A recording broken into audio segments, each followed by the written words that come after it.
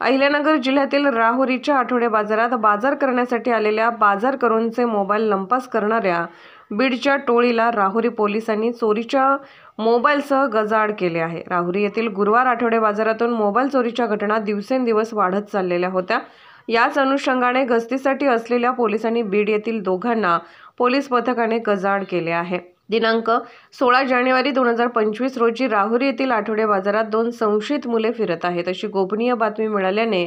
Police निरीक्षक संजय ठेंगे यांनी Rahuri police स्टेशनकडील तपास पथक यांना तात्काळ माहिती देऊन सदर बाबत खात्री करण्याकरता पाठवले असता त्या 2 तरुणांना रंगेहात पकडून त्यांचे नाव विचारले असता त्यांनी मंगेश तुकाराम जाधव वय वर्ष 19 व किरण अशोक नकवाल वय वर्ष 25 दोन्ही राहणार गांधीनगर शिक्षक कॉलनी पेठ पोलीस स्टेशन बीड जिल्हा बीड असे सांगितले व त्यांना राहुरी पोलीस स्टेशन येथे घेऊन आलो व पोलीस स्टेशन येथे दिनांक 16 जानेवारी 2025 रोजी गुन्हा रजिस्टर नंबर 29/2025 BNS 109/5/111 वगैरे मध्ये अटक करून त्यांना दिनांक 17 जानेवारी 2025 रोजी राहुरी न्यायालयाने या आरोपींना 5 दिवसांची पोलीस कस्टडी सुनावली असून अधिक तपास सहाय्यक फौजदार तुळशीराम गीते हे करत आहेत।